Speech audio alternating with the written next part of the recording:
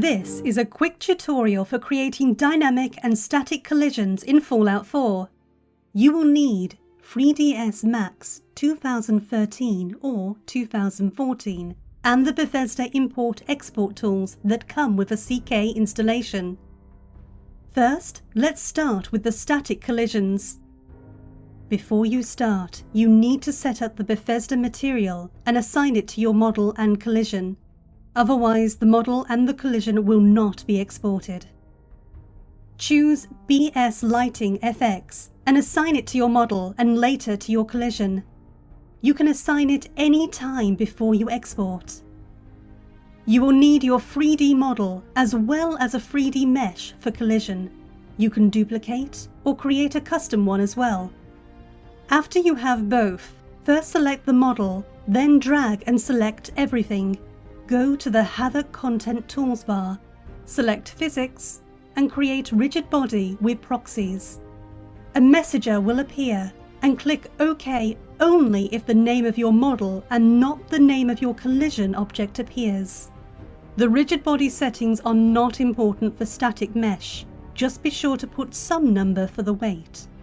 Now select the collision mesh and set the shape type to mesh. Then click the hammer icon and select the More option and select Collision Group. Then elect the material that you want the collision to react as. This will define how it responds when walked on, shot, etc. For object type, select Static. Then select both object and collision and click Apply to Selected. Now deselect everything and export using the Game Biro export. And in the file export scripts, select PE Static Art. Test your NIF to see if everything was exported correctly. You will see some errors in NIF scope. These are normal and can be ignored. If you don't see the mesh, delete the collision, remove the rigid body modifier from the model, reset its X-form, collapse, and repeat the process. You then need to convert the NIF in Elrich, which is located in the Fallout 4 Tools Elrich directory. Open Elrich and select File Load Settings. You want to load the PC Meshes option, which is located in the Settings folder inside the Elrich folder.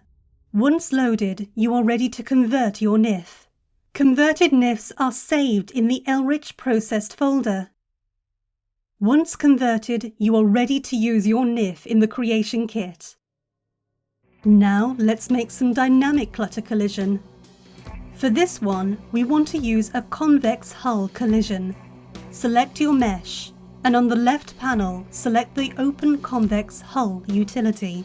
Try to use the lowest possible value for max verts, and check Enclose Hull, and then select Generate Hull. This will generate a lower poly hull for our physical object. You will then want to select the object, then the collision, and use the Havoc Content Tools to create rigid body with proxies. Set your weight, set quality type to moving, and solver deactivation to median.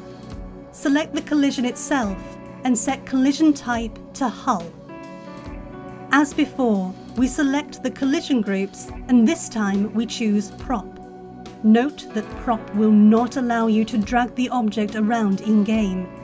Depending on what you specifically need, you may wish to play with the settings on your own and experiment later. Make sure to apply the BS Lighting FX shader to both collision and model and then export using the Game Biro option and PE Static Art script.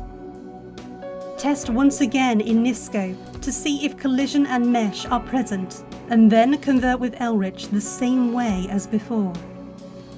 Now you are ready to test in-game. Thanks for watching, and remember kids, this process takes less than 30 seconds in Unreal Engine 4, but Bethesda totally supports you. Wink wink.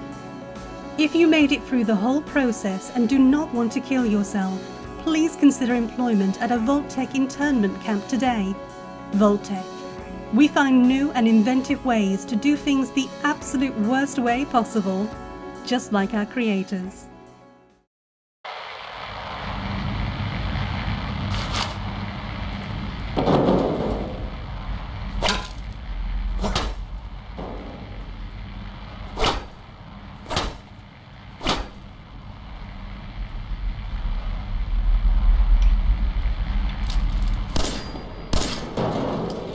choice.